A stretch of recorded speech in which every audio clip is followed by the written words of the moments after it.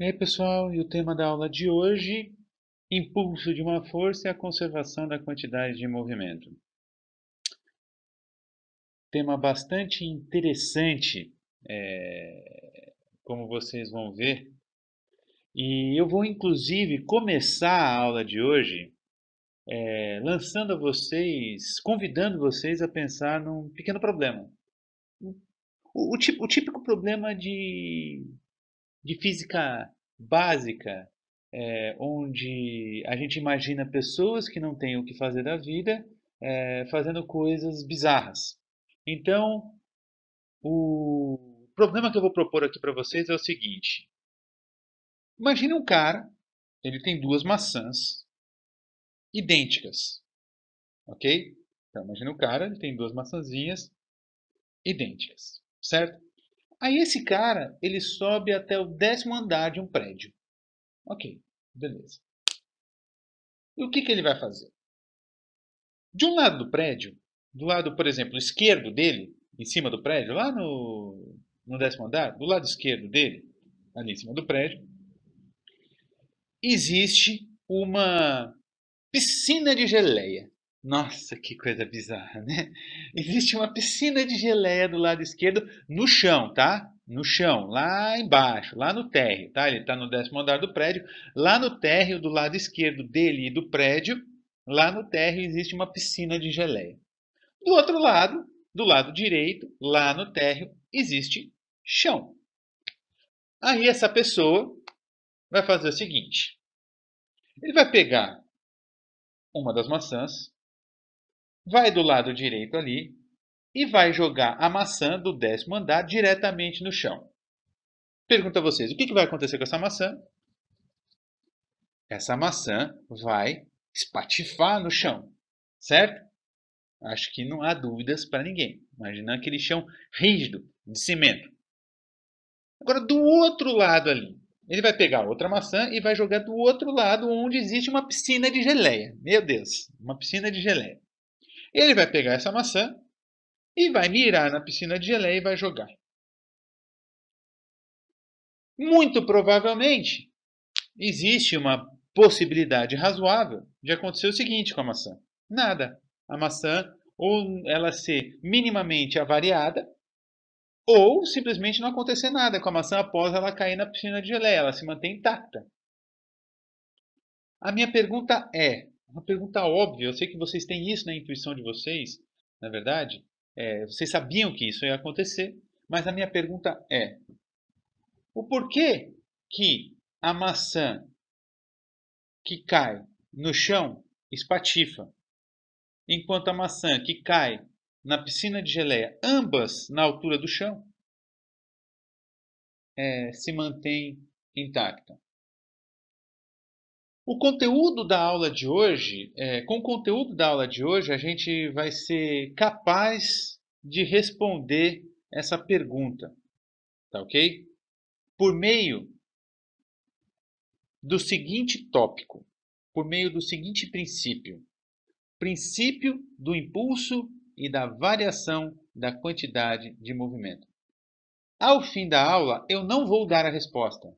Eu quero que vocês pensem na resposta. E aí sim, na próxima aula presencial, eu digo a vocês qual que é a resposta. Tá ok? Se existe alguém fora da UTFPR que esteja assistindo essa aula e não venha até a aula comigo, pode deixar nos comments qual seria a resposta a essa pergunta, baseado no conteúdo da aula, da videoaula aqui, tá? Então vamos lá, vamos começar a aula.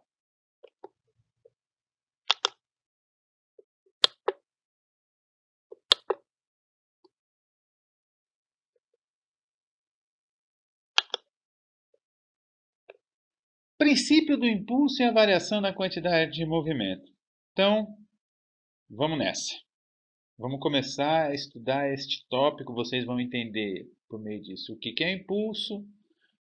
Também vou já aproveitar e introduzir o conceito de quantidade de movimento, apesar que isso a gente já conversou anteriormente, né? Mas vamos lá, bora. Então, sabemos que, de acordo com a segunda lei de Newton, né, somatória de todas as forças que agem sobre um corpo, representada aqui pela somatória de Fi, é igual a massa do corpo, m, massa m do corpo, vezes a aceleração ao qual ele se encontra após essa força ter sido aplicada, ok? Beleza, né? Então aqui simplesmente uma figurinha para representar várias forças sendo aplicadas sobre um único corpo aqui. Beleza? Beleza. Só que esse formato de escrever a segunda lei de Newton é um formato que é incompleto. Por que ele é incompleto? Porque ele já de antemão, dessa forma, como a gente está escrevendo, somatória de todas as forças igual a massa vezes a aceleração do corpo, esse formato ele é incompleto pelo seguinte: a gente já tem que previamente assumir que a massa do corpo é uma constante de movimento. Mas não necessariamente isso é assim. Isso não precisa ser assim. Então, a forma mais, vamos dizer assim, geral em se tratando de segunda lei de Newton, a forma mais geral de se escrever a segunda lei de Newton é por essa equação de baixo aqui, ó, onde o ponteiro laser está mostrando agora circulando. Que diz o seguinte: a somatória de todas as forças que agem sobre um corpo é igual à variação temporal da quantidade de movimento. Essa é a forma mais geral de se escrever a segunda lei de Newton. Por quê? Porque com este formato eu não preciso previamente assumir que a massa é uma constante de movimento. A massa do corpo não precisa ser uma constante de movimento, como veremos logo em breve. Vamos estudar sistemas de massas variáveis. Só que não é isso que a gente vai discutir nessa aula. Tá ok? Mas então, somatória de todas as forças que agem sobre um corpo é igual à variação temporal da quantidade de movimento P, onde P, estou circulando com ponteiro aqui, ó, é igual à massa do corpo vezes V, vetor V, que é a velocidade do corpo. Representa aqui, esse vetor V representa a velocidade do corpo. Está aqui. Então, P igual a mv. Essa é a quantidade do movimento, a quantidade de movimento da partícula, também grandeza conhecida como momento linear. Beleza, pessoal? Beleza. Então, ok. Escrevemos. Escrever a segunda lei de Newton nesse formato foi algo que nós já fizemos também em aulas anteriores. Então, não é novidade para vocês. Certo? Certo. Mas só para vocês verem como escrever dp dt é equivalente a escrever massa, dizer que a somatória das forças é igual a massa vezes a aceleração, vamos para esse quadrinho aqui, ó. Atenção nesse quadrinho.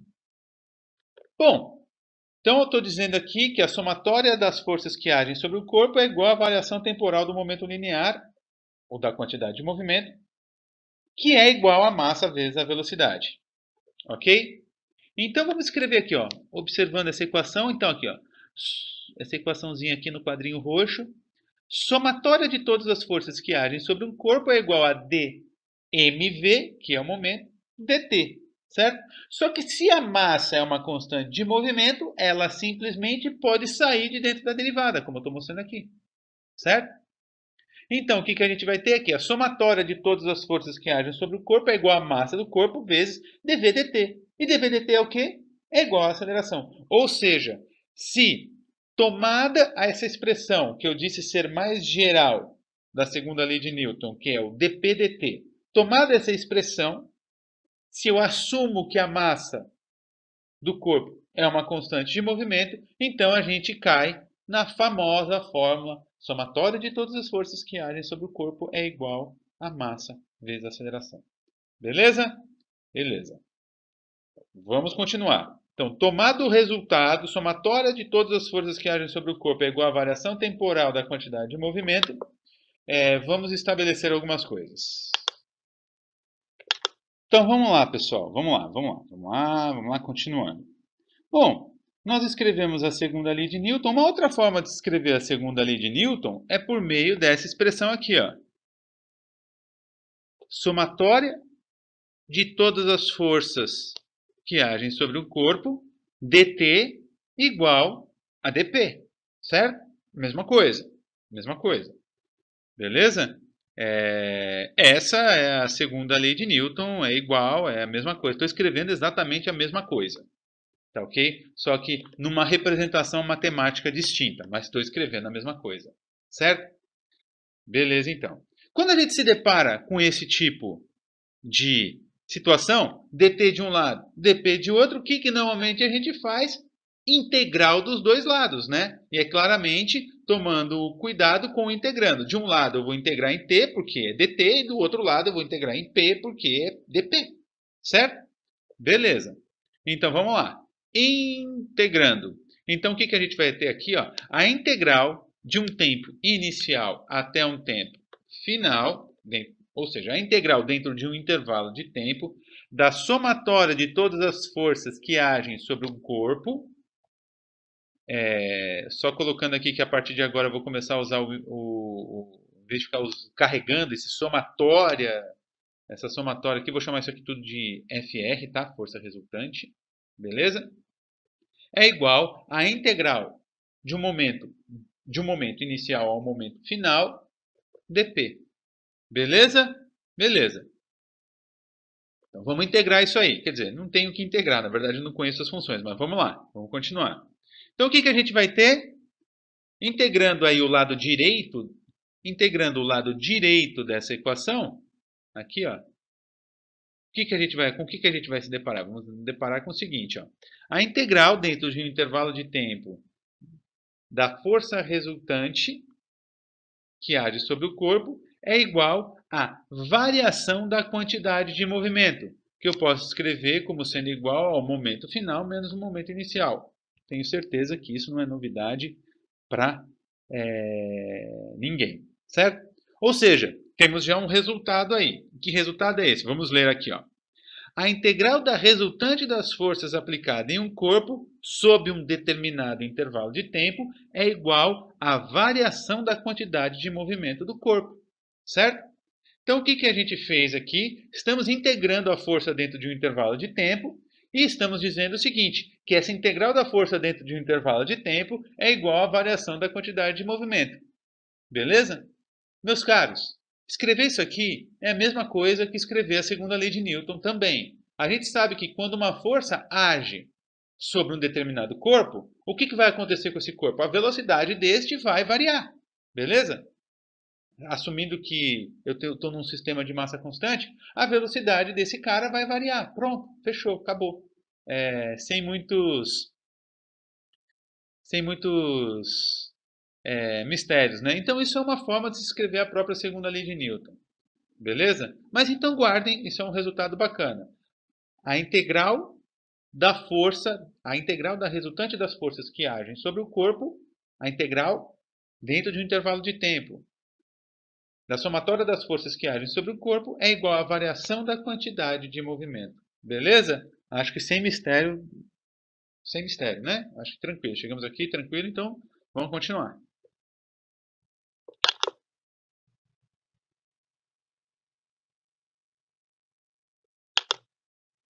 Então tá, pessoal, agora vamos só dar nome aos bois agora.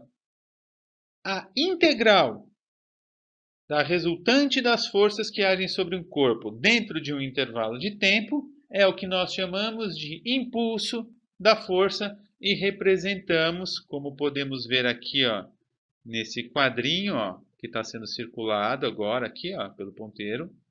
Podemos ver aqui, ó, é representado pela letra I, pelo vetor I. Isso aqui é o impulso da força. E aqui esse índice I de I, setinha F, significa que esse impulso que a força realiza leva a partícula de um estado de velocidades, de um estado de quantidade de movimento I, a um estado de velocidades, um estado de quantidade de movimento F.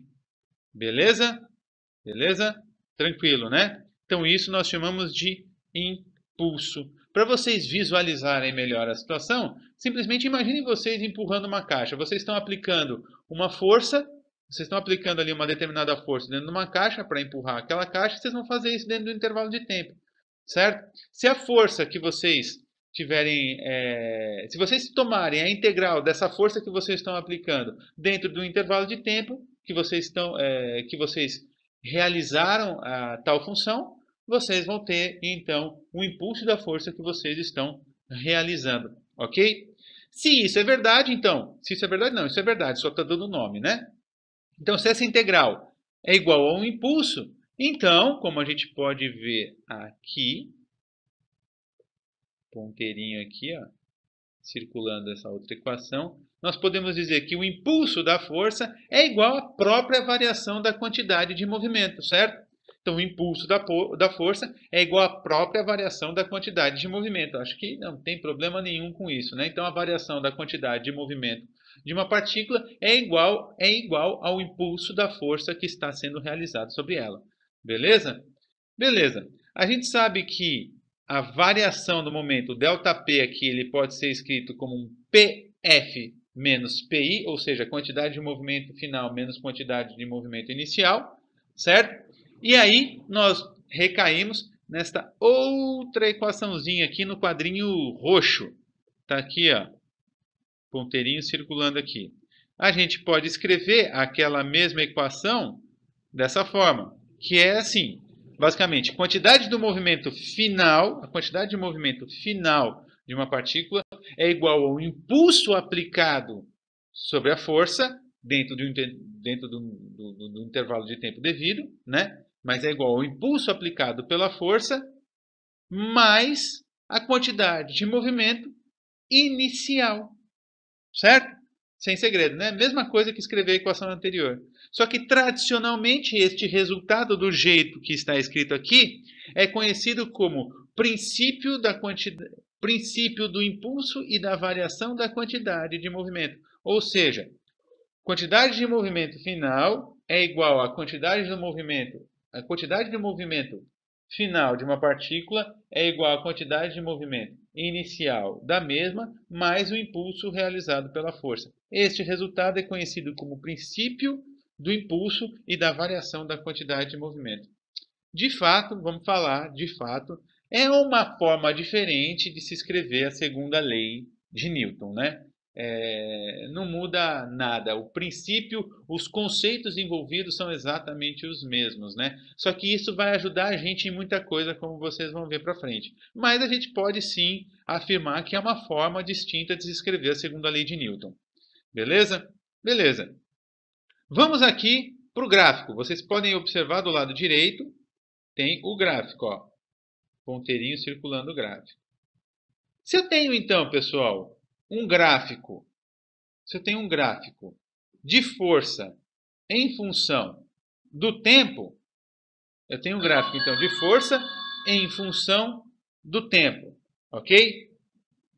O impulso pode ser calculado como, no caso, o módulo do impulso, a intensidade do impulso, a amplitude do impulso aplicado pela força no intervalo de tempo devido, pode ser calculado por meio da área debaixo da curva limitada pelo intervalo de tempo devido. Bom, conceito de integral, né, pessoal? Não preciso ficar falando demais aqui, né? Acho que isso não é novidade para vocês. A partir do momento que o impulso é dado pela integral da força dentro de um intervalo de tempo, obviamente, o impulso, dado um intervalo de tempo, o impulso pode ser calculado como sendo a área debaixo da curva, né? Sem mistério isso aí também, né? Sem mistério. Beleza, então. Agora, o bacana, daqui a gente já começa a poder vislumbrar o resultado do problema que eu passei para vocês ali, que eu pedi para que vocês pensassem a respeito da maçã. Já dá para começar a pensar a respeito. Mas vamos continuar, vamos continuar.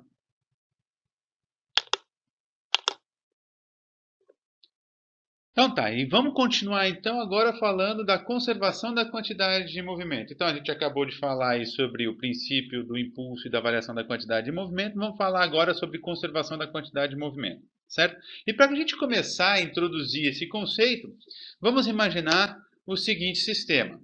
Vamos imaginar o seguinte sistema. Temos duas partículas, como está mostrando aqui a figura, temos duas partículas, cada uma com uma massa m1 e m2, como mostra a figura, certo? E essas duas partículas estão sob a ação de uma força, estão sob a ação da força gravitacional, certo? Representados aí na figura por P1 e P2, beleza? Além da força gravitacional, essas duas partículas interagem mutuamente, ou seja, cada uma aplica uma força sobre a outra. Podemos imaginar que além de uma massa, além de suas respectivas massas, essas partículas estejam carregadas, ok?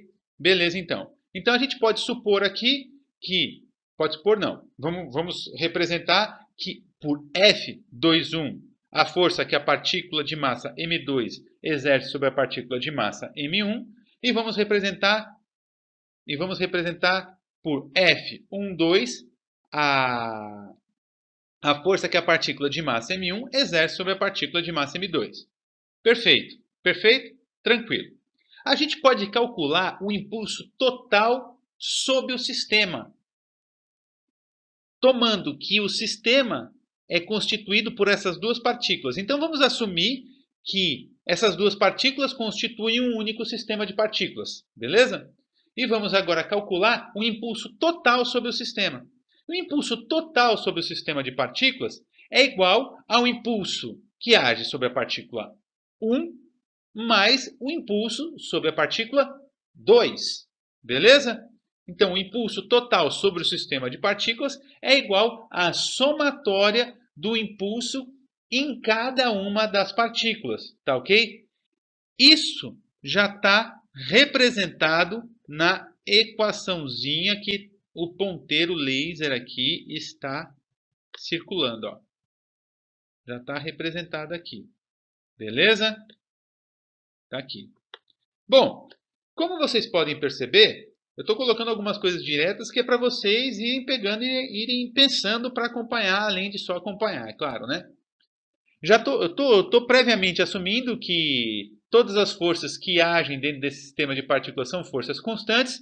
Sendo essas constantes, o resultado da integral são o produto delas vezes o intervalo de tempo sobre o qual elas agiram na partícula. Beleza? Tranquilo, né? Então tá. Então olha só. Já estou representando aquilo que eu tinha falado anteriormente. Então, que o impulso total que age sobre o sistema de partículas é igual ao impulso que age, é igual ao impulso sobre a partícula 1 mais o impulso sobre a partícula 2. Perfeito? Tranquilo. Então, o que a gente vai ter? Que o impulso total, representado por I, nessa expressão, é igual a P1. O que é P1? P1 é o peso da partícula 1. Bom, a ação da força gravitacional sobre a partícula 1 é o peso da partícula 1, mais P2, que é o peso da partícula 2, mais F12, que é a força que a partícula 1 exerce sobre a partícula 2, mais F21, que é a força que a partícula 2 exerce sobre a partícula 1. Aqui eu acho que eu inverti, né? F12 é a força que a partícula 1 exerce sobre a partícula 2 e F21 é a força que a partícula 2 exerce sobre a partícula 1. Tudo isso vezes o tempo, vezes um intervalo de tempo. Beleza, pessoal? Tranquilo, né? Tranquilo? Se ficar dúvida é só mandar um e-mailzinho, mas acho que isso aí não tem muito problema, né?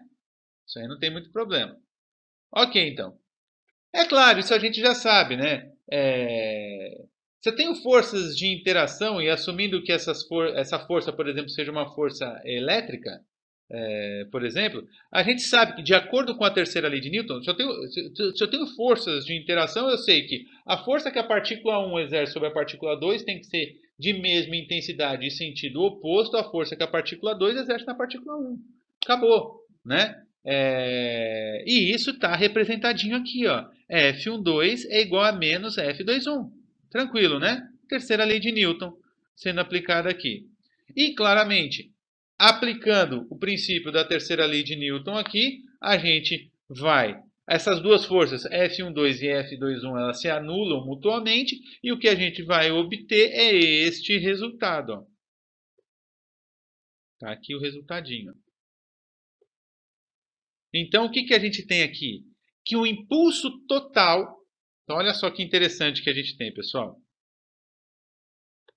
A gente tem que o impulso total que age sobre o sistema é igual a P1 mais P2, tudo isso vezes um intervalo de tempo. Percebam, as forças de interação entre as partículas, elas se anulam. E isso sempre vai acontecer independentemente do tamanho do sistema de partículas, do número de partículas dentro do sistema de partículas. Forças de alta interação entre partículas dentro de um sistema de partículas sempre se anulam devido ao princípio da terceira lei de Newton, devido à terceira lei de Newton, ação e reação, certo? Como resultado, o que a gente tem? A gente tem que somente age, somente varia a quantidade de movimento, somente age em forma de impulso, somente impulsiona o sistema, forças externas ao sistema.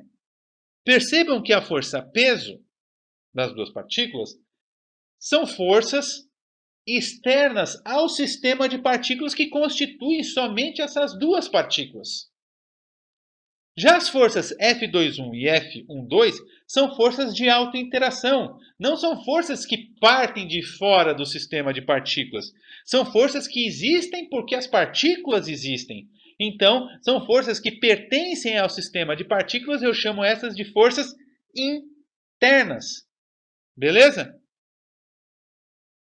Como resultado, então, temos que o impulso total é igual a P1 mais P2 vezes o intervalo de tempo. Isso já é um resultado muito importante. Vamos ler o que está escrito aqui. Ó. Este resultado nos mostra que o impulso total devido às forças aplicadas sobre um sistema depende exclusivamente das forças externas ao sistema. Ou seja, as forças de interação entre as partículas não contribuem com a variação da quantidade de movimento total do sistema. Se eu sei que o impulso é igual à variação da quantidade de movimento, eu posso falar, obviamente, em variação da quantidade de movimento. Ok? Então, guardem isso, pessoal. Guardem isso. Tá, ok? Se eu tenho um sistema de partículas, tá ok? Somente faz variar a quantidade de movimento total do sistema forças externas ao sistema de partículas, ok? Essa informação é extremamente importante e a gente vai utilizar ela quando nós formos trabalhar a parte de colisões, tá ok? Beleza, pessoal? Tranquilo? Então, vamos seguir então. Beleza? Beleza. Bora da sequência. Bora da sequência. Guardado esse resultado. Registrado o resultado, bora da sequência. Bom, então a gente já sabe que somente faz variar a quantidade de movimento de um sistema de partículas forças externas, certo? Forças externas ao sistema de partículas. Beleza? Tranquilo. Forças de alta interação, forças internas ao sistema de alta interação entre as partículas que constituem o sistema, não contribuem com o impulso, não contribuem com a variação da quantidade de movimento. Beleza? Beleza. Só que agora vamos supor a seguinte situação. Vamos supor que as forças externas que agem sobre o sistema de partículas é tal que a somatória de todas é igual a zero. Vamos supor essa situação. Vamos supor, então, que a somatória de todas as forças que agem sobre o sistema de partícula é igual a zero. Ou que simplesmente, sei que é impossível pensar nisso, mas... ou simplesmente que não existe força agindo sobre um determinado sistema de partículas, mas essa situação não existe. Mas, que seja. Então, a somatória de todas as forças externas ao sistema de partícula é igual a zero. Ok? Beleza. E o que isso vai resultar? Se eu substituir isso naquela integral, da força em um determinado intervalo de tempo, obviamente que a gente vai ter como resultado zero. Ou seja, o impulso realizado pela força é igual a zero. É claro, se a somatória das forças é igual a zero, o impulso por ela realizado é zero também. Ela não vai realizar impulso nenhum. Beleza? Então, se isso aqui é verdade, então se o impulso é igual a zero, então, se eu tenho que a somatória de todas as forças externas que agem sobre o sistema de partículas é igual a zero, e, portanto, o impulso é igual a zero, obviamente, já que o impulso é igual à própria variação da quantidade de movimento do sistema de partículas, eu tenho que a variação da quantidade de movimento de um sistema de partículas, do meu sistema de partículas, também vai ser igual a zero. Beleza? Ou seja, olha aqui isso aqui, ó, esse resultadinho sendo circulado agora, ó. Eu tenho que a quantidade de movimento inicial é igual à quantidade de movimento final, ou seja, a quantidade de movimento total de um sistema de partículas, a quantidade de movimento inicial total de um sistema de partículas vai ser igual à quantidade de movimento inicial, a quantidade de movimento final total do sistema de partículas quando as forças externas, quando a somatória de todas as forças externas que agem sobre o sistema de partículas é igual a zero. Este resultado é conhecido como princípio da conservação da quantidade de movimento. Então vamos ler o que está dizendo aqui. Ó. Se a somatória de todas as forças externas que agem sobre o sistema de partículas é igual a zero, a quantidade de movimento total do sistema se conserva. Este resultado é conhecido como princípio da conservação da quantidade de movimento. Este é um resultado extremamente importante, que é o princípio básico para a gente começar a trabalhar a parte de colisões. Beleza? Então, a próxima aula vai ser justamente a respeito de colisões. Então, somado, o que a gente vai ter ali basicamente? Eu tenho duas partículas, vamos supor que não existe nenhuma força externa, que a somatória das forças externas que agem sobre essas duas partículas é igual a zero, essas duas partículas vão colidir. Uma vai exercer força sobre a outra, certo? Só que são forças, essa força de colisão que uma exerce sobre a outra é uma força interna, ou seja, ela não vai contribuir com a variação da quantidade de movimento total do sistema, certo? Ou seja, a quantidade de movimento se conserva. Ou seja, a quantidade de movimento antes da colisão tem que ser igual à quantidade de movimento depois da colisão dentro do sistema que constitui essas duas partículas. Só que isso a gente vai começar a ver em detalhes já na próxima videoaula a respeito de colisões. Bom, então essa basicamente é a aula, certo? A respeito de impulso e quantidade de movimento. Existem já exercícios postados no Moodle que no comentário ali, na descrição do vídeo, eu vou estar dizendo para vocês, eu vou estar colocando ali o link dos exercícios que vocês têm que praticar para entender todo esse conteúdo, para ajudar vocês a entenderem todo esse conteúdo aí. Tá bom, pessoal? Então, beleza. Então, logo, próxima aula. Viu essa aula? Já vai ver ali, já vai ver os exercícios. Vistos os exercícios, já vamos começar colisões. Beleza?